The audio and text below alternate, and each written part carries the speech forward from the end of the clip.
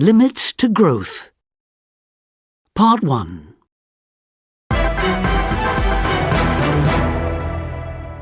Hello, welcome again to Money Matters. Now, we've had a few emails from listeners asking us to discuss the topic of economic growth.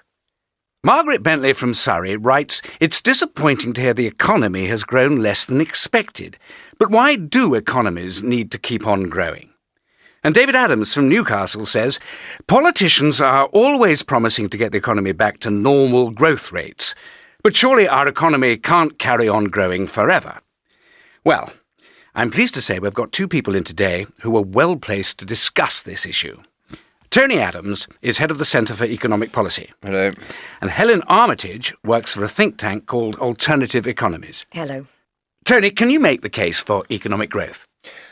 Well, basically just to maintain current living standards, the economy has to grow as fast as the population. Mm-hmm. If it doesn't keep up, there isn't enough work for everyone, and that means rising unemployment. But we want to keep improving living standards, not just maintain them, especially for the poorest in society.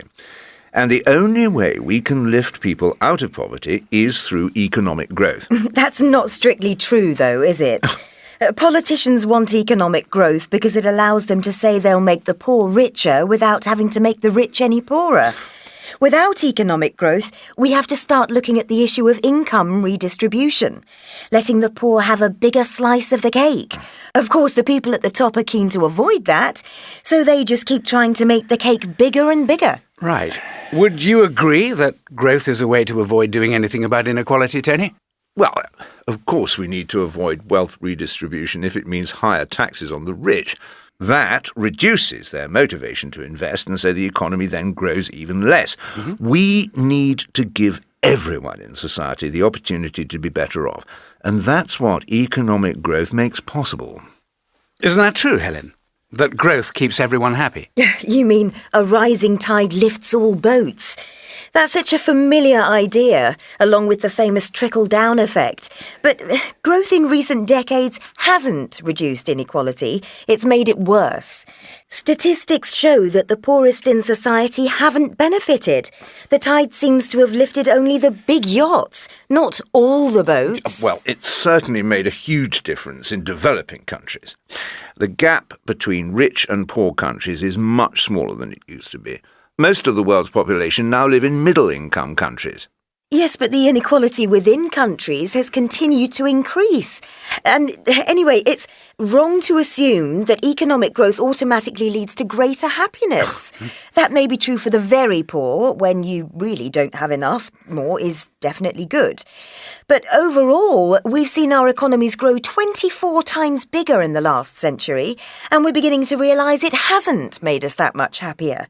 Studies show that at a certain level of income, the connection between more income and greater happiness disappears. Yes, I've heard that. And it starts to happen at a surprisingly modest level of income, too. But you're arguing against basic human psychology here. People always want more. They always have, they always will. Yes. Huh? You see lots of relatively well-off people doing the lottery. Why's that? Because they can't help thinking that buying more stuff will make them feel happier. It's what our society encourages us to believe. Just look at all the adverts on TV. But if we stop to think about what gives us greatest fulfillment, does it always involve consumption? If you want to see what really makes you feel happier, go for a long walk in the countryside with a friend. Try watching a sunset one day this week. Organise a ball game with some friends in the park. Yeah, it all sounds very nice, but people won't stop wanting to buy more gadgets that will make their lives easier and more fun. Do gadgets really do that, though? So, Helen, are you saying that we need to have less growth or no growth at all? Well, the idea of endless economic growth is obviously a delusion. Economic growth of 2.5% a year sounds modest, but it means that GDP has to double every 30 years or so. You can't keep doing that forever. It's common sense. Common sense told us we couldn't carry on growing as much as we have in the last 50 years. That's because we couldn't have predicted the technological advances that have made it possible. And who knows what technology we might develop in the future? And you think, Tony, that will solve the problem of limited resources? Well, yes, I do. We keep finding ways to use energy and resources more efficiently. Refrigerators now use half the energy they did 35 years ago. Family cars use half the fuel they did in the 1970s. Fine, but we can't expect to keep making such huge improvements in efficiency. Our resources will remain limited, and that makes the idea of eternal growth a form of insanity. Look at those images of the Earth from space, and it becomes blindingly obvious. The last year that the global economy was at a level the planet could support was 1983. We're now exceeding that capacity by more than 30%. Yeah, well, I remain an optimist. What's the alternative? No growth means more unemployment and less social spending because of lower tax revenues. And if the environment needs protecting, no growth means having less money to spend on doing that.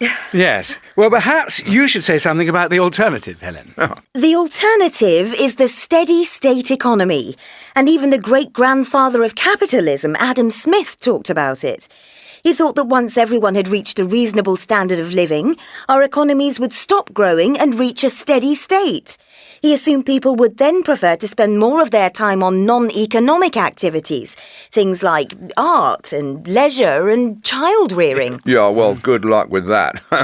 It's the happily unemployed fantasy. Fine until you need some money to do something nice with your family. No, it doesn't mean being unemployed. There would be less work available, but it can be shared out, so we all do fewer hours a week. And as I said, the extra time can bring us much greater happiness. But people would have much less income. Yes, but that's not such a problem if people accept they'll have to consume a lot less anyway. We could still buy new stuff, but we'd have to get used to buying a lot less of it and keeping it for longer. It means getting things repaired more instead of throwing them away and getting a new one. That's the way we used to live not so very long ago. Well, I just can't see it, personally. Well, I can, so maybe I'm the optimist. And I think it's interesting to ask ourselves what we really want from life. Why are we hooked on producing and buying so much needless stuff? Why do we fill our lives with so much work that we don't have time to enjoy them? It's not as if we ever meant to create such a stressful way of life, so now's the time to look at doing things differently. You see managing without economic growth as a positive challenge, then? Yes. We can't go back to the growth rates of recent decades, but it needn't be a depressing prospect. Exploring the alternatives can be exciting. We just need to give up the idea that consumerism is the central purpose of life. Well, thank you both. That is definitely an issue that isn't going to go away.